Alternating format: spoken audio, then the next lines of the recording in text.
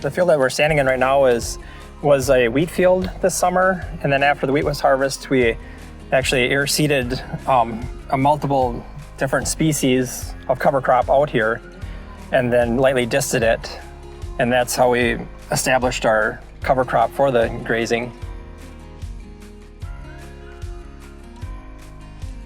So these collars, they go off of GPS, or essentially kind of like a shock collar that you put on a dog, except there is no in-ground fence or anything. And then when these cows are out in the pasture, we can move them over the internet and be able to essentially make a virtual fence for them and then move them however we choose to graze them further, or to bring them back, bring them to water, or just kind of do whatever we want with them.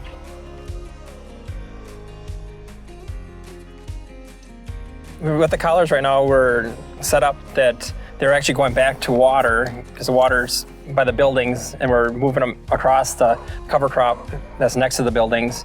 So every 3 days I've been moving an area and letting them go into the new area, but they're still going back across what they've already grazed. I'm hoping they get a couple months of grazing out of the cover crop by doing this.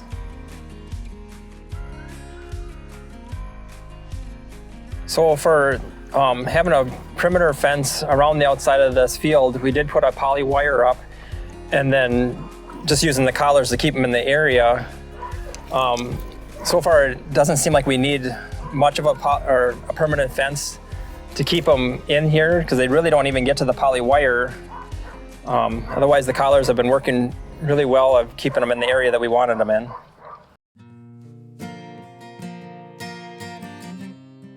So if a cow actually goes past the boundary, it gets a shock going out, but it won't get a shock coming back. So if that cow is out beyond the boundary, she can still return to the mob or to the herd without getting a shock, as long as she doesn't cross back out.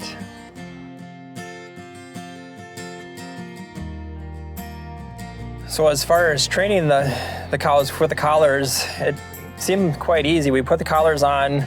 We had a small area that we had high tensiled wire, and we left just a couple cows out, and they, tried to get out of the high tensile wire, but they did get shocked from the collars.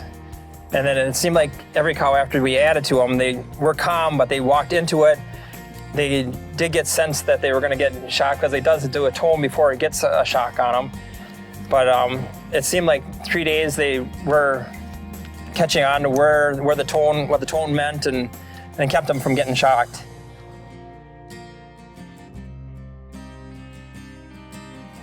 So looking back last year, Dad kind of threw up the idea that he wanted to do some rotational grazing and get the animals out on the field and kind of do what we're doing now in a sense. But I really did not like the idea, because one, I didn't want to deal with fences, and two, it seemed like a lot of work, or there's a lot of manpower that needed to be done to do it. So looking around, I'm not sure where he found them, but he found these collars, and I think that they're gonna work really good. So far, honestly don't think that we would necessarily need a perimeter fence. It's probably good to have, but they've been obeying really well. And I feel confident that I'd probably keep them away from the road, but if you threw them out in the field down in the back 40, they'd probably stay there fine, and as long as you can get them water. The goal that we want is to get them on the covers.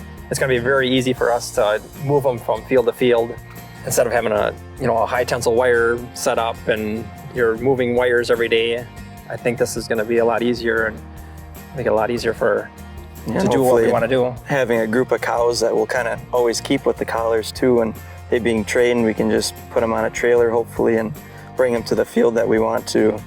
So in the future, we were kind of thinking, or hopefully we can be able to pasture more land and be able to put animals where you wouldn't think you would put animals, and be able to hopefully provide a cover crop.